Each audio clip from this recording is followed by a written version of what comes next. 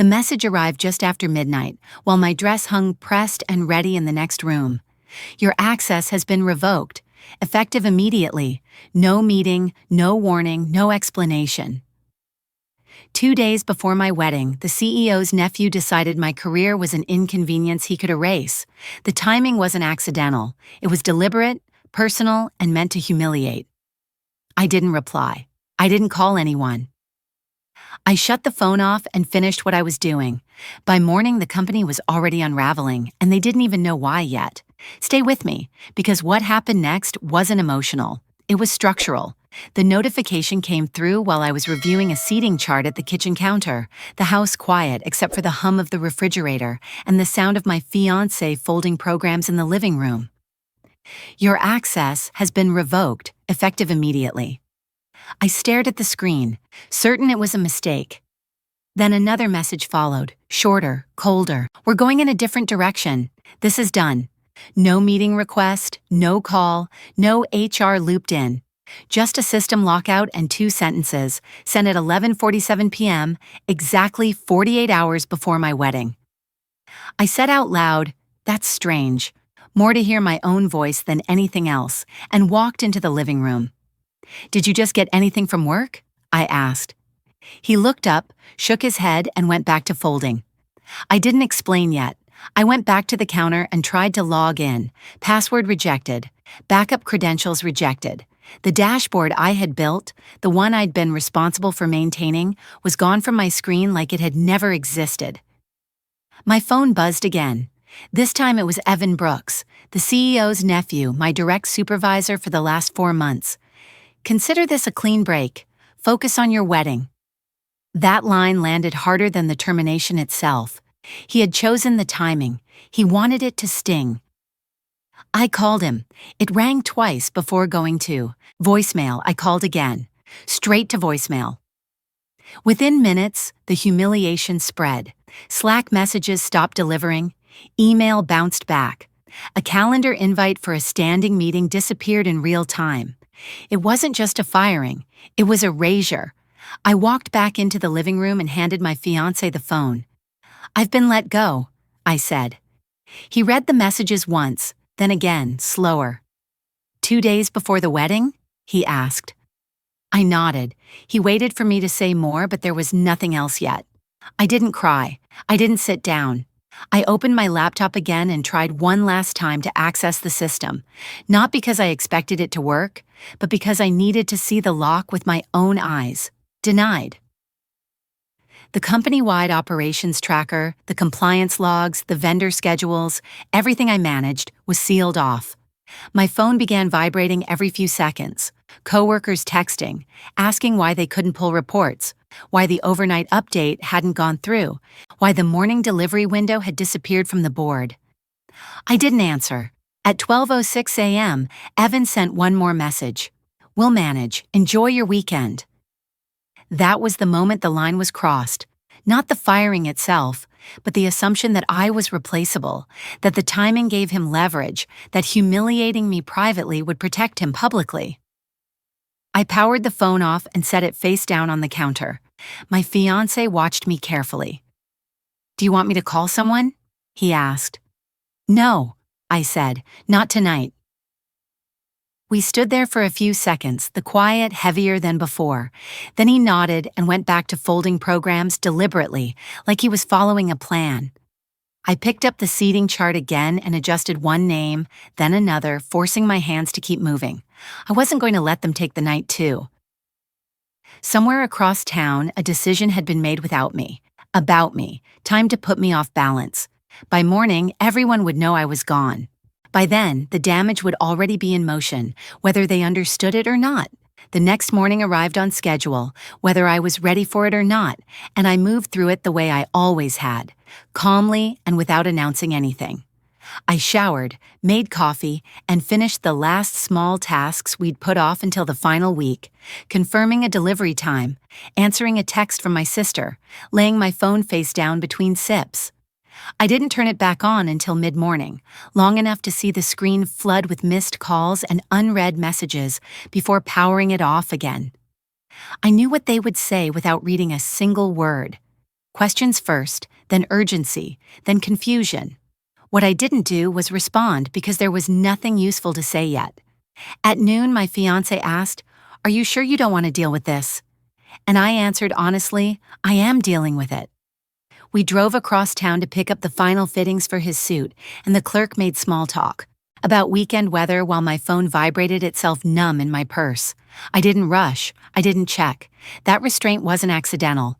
By the time we got home, I had already received voicemail notifications from people who had never called me directly before, people who usually let assistants handle communication. That told me enough. Late that afternoon, one message finally slipped through when I powered the phone on briefly to check directions. It was from a project coordinator I trusted. "No one can pull the compliance packet for Monday?" "Evan says IT is fixing it." I didn't reply. I didn't correct him. I let the assumption stand. The evening was reserved for rehearsal dinner logistics, polite conversation, and nodding through toasts about beginnings and fresh starts. If anyone noticed that I was quieter than usual, they didn't comment. When someone asked about work, I said, "It can wait," and meant it. That night, after we got home, I turned the phone back on for exactly 1 minute. The missed call count had climbed again. There was a message marked urgent from an executive who had never learned my last name properly. Another from Evan, shorter this time, stripped of confidence. "Call me when you can." I set the phone down without answering and went to bed. Sleep came easily, which surprised me. By choosing not to react, I'd taken something away from them. Panic requires participation.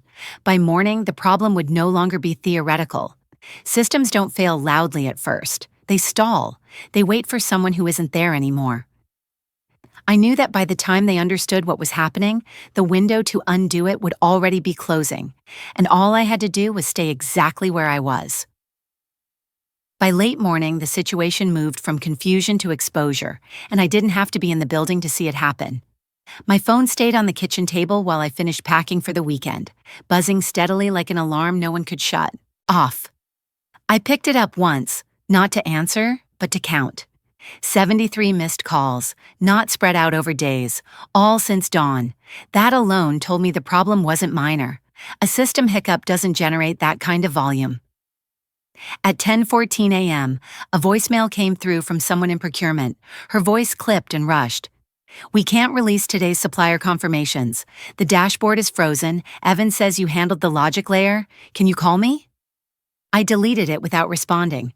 20 minutes later, another voicemail followed from a different number, this one from finance. "We're missing the updated cost controls for the East Side rollout. We can't submit without them." I deleted that one too. The company had crossed into the phase where departments stopped blaming IT and started naming me. That was inevitable. What surprised me was how fast it escalated. By early afternoon, the calls weren't requests anymore. They were demands, then apologies, then bargaining. One executive left 3 messages in a row, each softer than the last. "We just need you to log in. We're trying to fix a misunderstanding. Let's talk about timing." The timing was already set. At 1:30 p.m., Evan finally called from a private number. I answered that one. "We have an issue," he said, skipping any greeting. "Access isn't restoring the way we expected." "I wouldn't know," I replied. "My access was revoked." Silence stretched between us. He tried again. "Can you come in, just for today?" "No," I said. "I'm not employed there." His tone tightened. "You can't just walk away. We have obligations." "So did I said, and ended the call.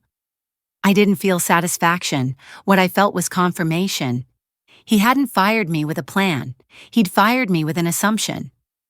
The assumption was that whatever I handled could be handed off, that authority transferred cleanly, that systems ran themselves once, built. That assumption was now costing them real time. At 2 p.m., my former team's group chat lit up without me, messages forwarded by someone who didn't realize I was no longer supposed to see them. Screenshots followed, reports failing to generate, vendor windows closing, a shipment delayed because the verification step couldn't be cleared. Each failure was small on its own, but together they formed a chain. By mid-afternoon, that chain was visible to clients. A message came through from a client contact I respected. "We're hearing conflicting updates from your company. Is everything okay?" I didn't answer that either. It wasn't my company anymore. Around 3 p.m., the tone shifted again. The calls slowed, replaced by longer voicemails, voices lowered, "Careful now." One board member left a message that began with my full name, pronounced correctly for the first time. "We may have moved too quickly," he said. "Let's reset." Resetting would have required admitting what they had done. No one had done that yet. By early evening, the situation hardened. Deadlines were missed. A client postponed a signing. Another asked for written confirmation that systems were stable. No one could provide it. I learned later that Evan had locked himself in a conference room with IT, trying passwords, calling vendors, demanding shortcuts that didn't exist. Systems don't respond to authority. They respond to structure. That night, as I zipped the last bag and turned off the lights, my phone rang again. This time, it was the owner. I let it go to voicemail. His message was brief and controlled, but the strain was audible. "We need to speak tonight." I didn't return the call. The fracture was complete. By the time they realized the damage wasn't temporary, I was already stepping into a weekend they could no longer touch, and the momentum had shifted away from them for good. The leverage didn't come from a secret clause or a dramatic revelation. It came from neglect layered over time, and by the moment they noticed it, it was already too late to fix. I hadn't designed the operations framework to be fragile, but I had designed it to be precise, and precision demands understanding. What they never invested in was understanding. Every approval sequence, every vendor checkpoint, every compliance verification lived inside a structure that assumed someone cared enough to learn it. Evan never did. He canceled training sessions, postponed documentation reviews, waved off questions with, "We'll deal with that later," and later never came. On the afternoon of my firing, that indifference crystallized into consequence. When they cut my access, they didn't just lock me out, they locked themselves in. I learned this not through calls, but through a single forwarded screenshot that slipped through from a former colleague. A snapshot of a stalled workflow with red flags cascading down the screen. The failure wasn't technical, it was procedural. The system was waiting for validations that no one else was authorized or prepared to give. One missing confirmation stalled another, which stalled another, until the entire chain slowed to a crawl. I didn't need to intervene to know exactly where it would break. The framework was built to prevent shortcuts, and the person who relied on shortcuts the most was now in charge. Within the same hour, another message reached me from someone in vendor relations, panicked but careful. "Did Evan ever get sign-off rights for secondary substitutions?" That question answered itself. He hadn't. I had refused to grant them after noticing discrepancies weeks earlier, discrepancies I'd flagged and been told were not urgent. Those discrepancies were now immovable obstacles. As the afternoon wore on, a clearer picture formed. Orders couldn't be released without dual verification. Updates couldn't be pushed without audit clearance. Compliance packets couldn't be generated without historical data Evan didn't even know existed. This wasn't sabotage. It was architecture doing exactly what it was designed to do: stop unverified decisions from moving forward. The deeper issue, the one that hadn't surfaced yet, was more serious. In building the framework, I'd insisted on traceability.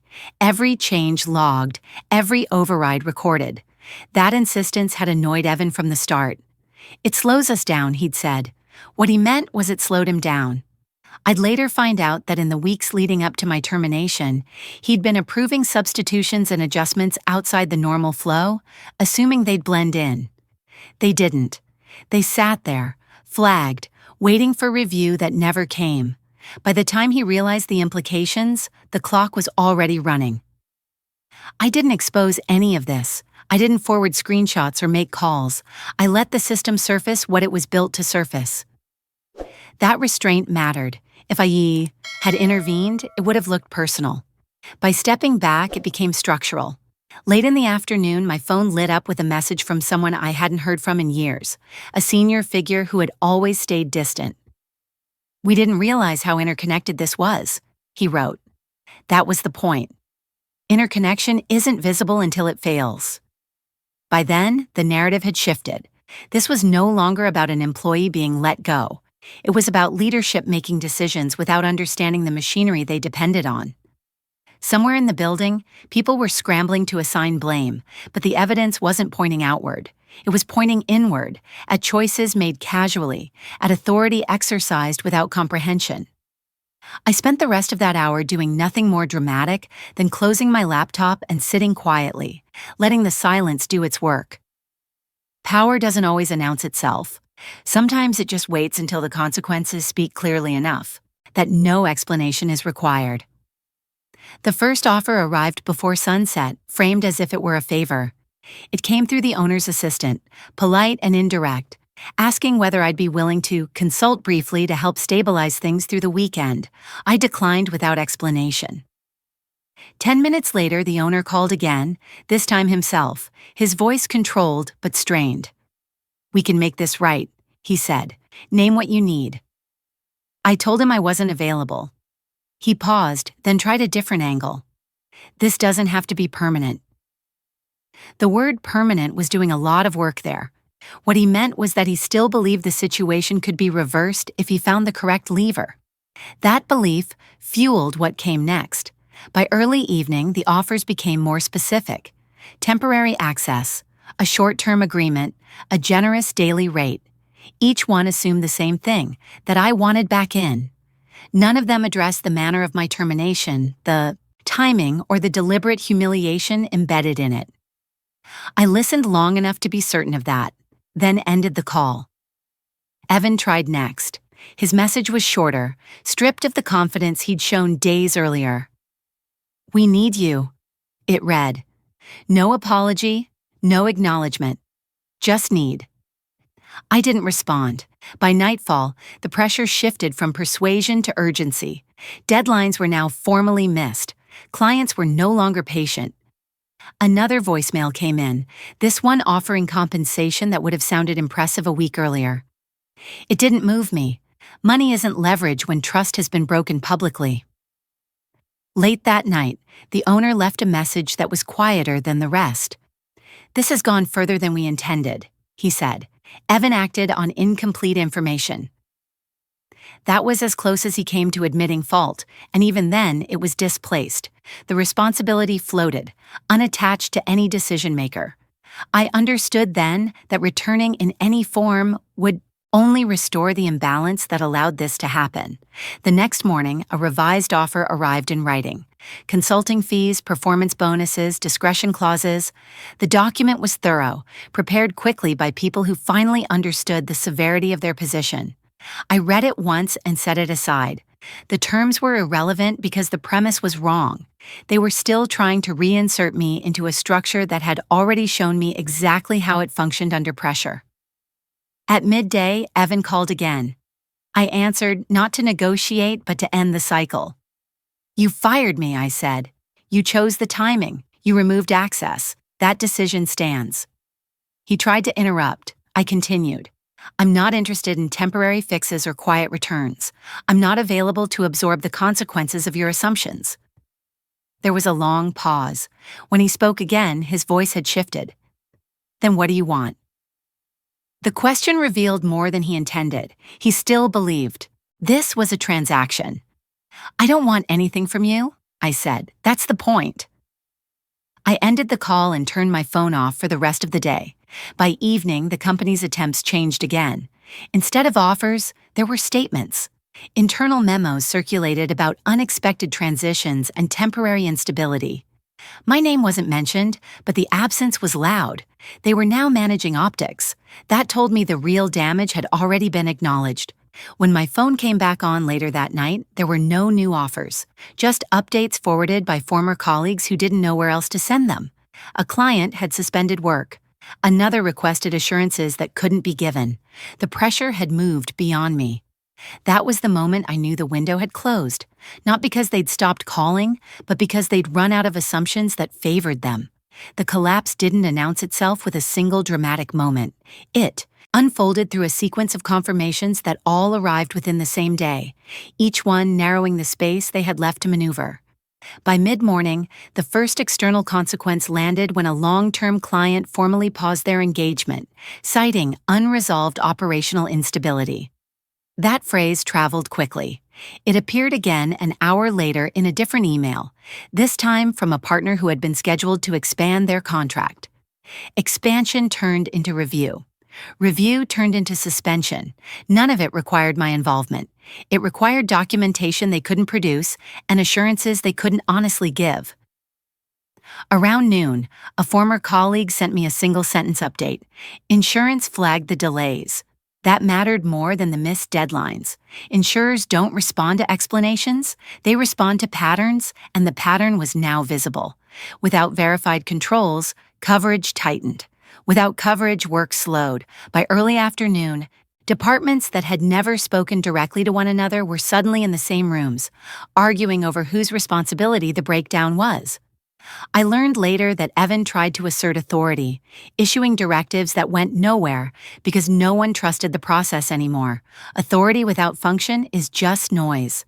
The owner convened an emergency leadership call, not to assign blame, but to decide what could be salvaged. That was the moment the internal story changed. They stopped asking how to restore what they had lost and started asking how to limit exposure. That shift was decisive. By 2:30 p.m., a notice went out to senior staff freezing all discretionary activity. No substitutions, no accelerated timelines, no exceptions. The system I had built was effectively reasserting itself, not through access, but through absence. Without it, nothing moved cleanly. At 3 p.m., a supplier declined to ship, citing incomplete verification. Another followed. The dominoes were now external, visible to people who had no interest in internal politics. Clients began calling the owner directly. Those calls carried a different tone, less negotiation, more demand. One asked for written confirmation of stability within 24 hours, or they would seek alternatives. There was no way to provide that confirmation without admitting the full scope of the problem. The realization hit them all at once. This wasn't a temporary disruption, it was a credibility event. By late afternoon, the board became involved, not to reverse the firing, but to understand how it had happened without safeguards. Questions surfaced that hadn't been asked before. Who approved the termination? Who verified continuity? Why had so much been centralized without redundancy? Those questions pointed in one direction. Evan was removed from direct oversight before the day ended. It wasn't announced publicly, but the internal message was clear. His authority had become a liability. The owner assumed temporary control, a move meant to signal stability, but it landed too late. The damage had already propagated beyond anything a leadership change could immediately fix. I found out about Evan's demotion through a forwarded message that simply said, "He's out of the loop." No satisfaction followed that news, just confirmation. That evening, as the day's final updates filtered in, it became clear that the company's position had shifted permanently. Contracts were under review. Revenue projections were revised downward. A reorganization was announced, framed as proactive, but reactive in substance. They weren't rebuilding yet. They were containing. I spent that evening doing something ordinary, cooking dinner, talking about seating arrangements, answering questions about relatives arriving early. The contrast wasn't lost on me. While they worked through emergency protocols, I moved forward. By nightfall, my phone was quiet for the first time in days, not because the situation had resolved, but because there was nothing left to ask me. The consequences had detached from their cause and were now moving on their own momentum. Once that happens, apologies become irrelevant. Decisions solidify. Paths close. The outcome no longer depends on any single person, including me. That was the true turning point. The moment the fallout became self-sustaining and the future of that company stopped intersecting with mine at all. By the time the weekend arrived, the noise had faded enough that I could see the shape of what remained without distraction. The company's future was no longer my concern, but the pattern that led there was. I didn't celebrate their losses or monitor the aftermath. I focused on what I would carry forward, because endings only matter if they change what comes next. On the morning of the wedding, my phone stayed off, not as a statement, but as a boundary. I walked through the day exactly as planned, spoke to the people who mattered, stood where I was supposed to stand, and said the words I had chosen weeks earlier. No one interrupted us. No call cut through the moment. Whatever was still breaking elsewhere stayed there. Afterward, as the evening settled and the room thinned, I turned the phone on once. There were fewer messages now, shorter, careful. One from the owner asking if I'd consider a conversation at some point in the future.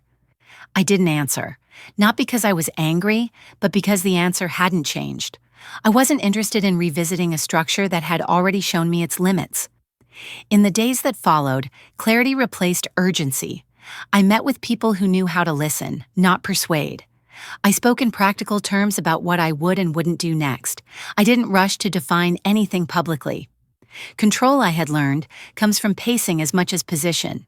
A former colleague reached out to say the company was restructuring in earnest now, bringing in outside advisors, formalizing redundancies, documenting processes they'd ignored for years. That was necessary, but it wasn't transformative. Transformation requires acknowledgement, and acknowledgement had come too late to include me. I wished them stability and meant it. Distance doesn't require bitterness. What surprised me most was how quickly the situation stopped feeling personal. Once the consequences settled, the narrative simplified. A decision had been made without care. Systems had responded without emotion. Outcomes followed without malice. That clarity was grounding. It removed the temptation to replay conversations or imagine alternate endings. There was nothing left to argue with. On a quiet afternoon, a week later, I received one final message from Evan. It was brief.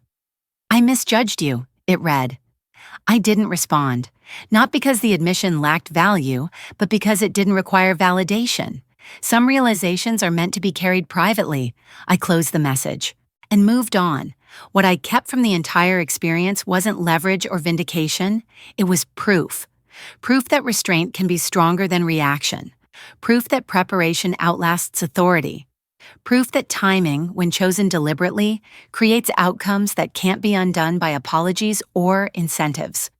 I didn't win by outmaneuvering anyone in a meeting or negotiating better terms. I won by stepping away at the exact moment I was expected to fold. The company will continue in some form. It always does. People adapt. Structures evolve. Lessons are written into policy and forgotten again over time. My path diverged cleanly enough that none of that would pull me back into orbit. That was intentional. When people ask me now how I handled being dismissed so abruptly, I tell them the truth. I didn't handle it. I let it happen. I let the decision stand, the consequences unfold, and the separation finalize without interference. That choice preserved something more valuable than a role or a title. It preserved my ability to decide what came next without compromise. The story doesn't end with reconciliation or revenge. It ends with ownership, of time, of direction, of the quiet understanding that the moment meant to diminish me became the moment that clarified everything I was no longer willing to accept. I didn't discover my strength in a dramatic moment. It showed up quietly in the things I'd built when no one was watching, the logs I kept, the steps I refused to skip, the patience I practiced while others rushed. When the firing came, what saved me wasn't anger or confidence. It was preparation.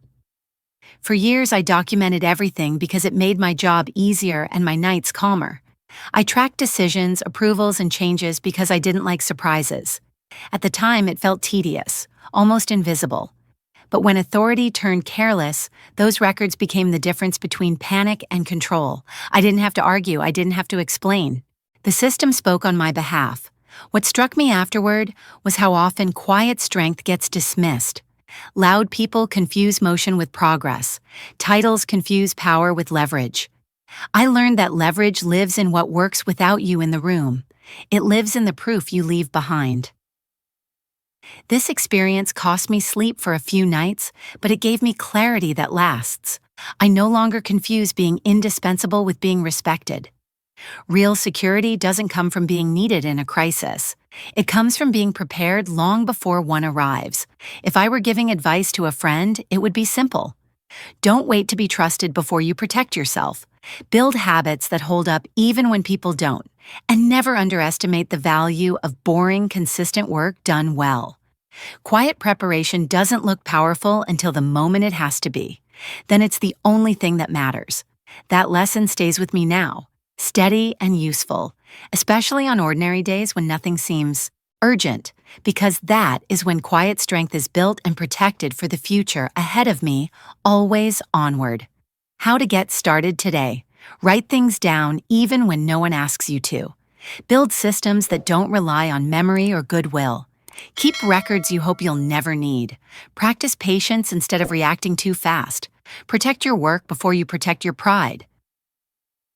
Thanks for spending your time here. If any part of this felt familiar, you're not alone, and there are more uncomfortable truths ahead.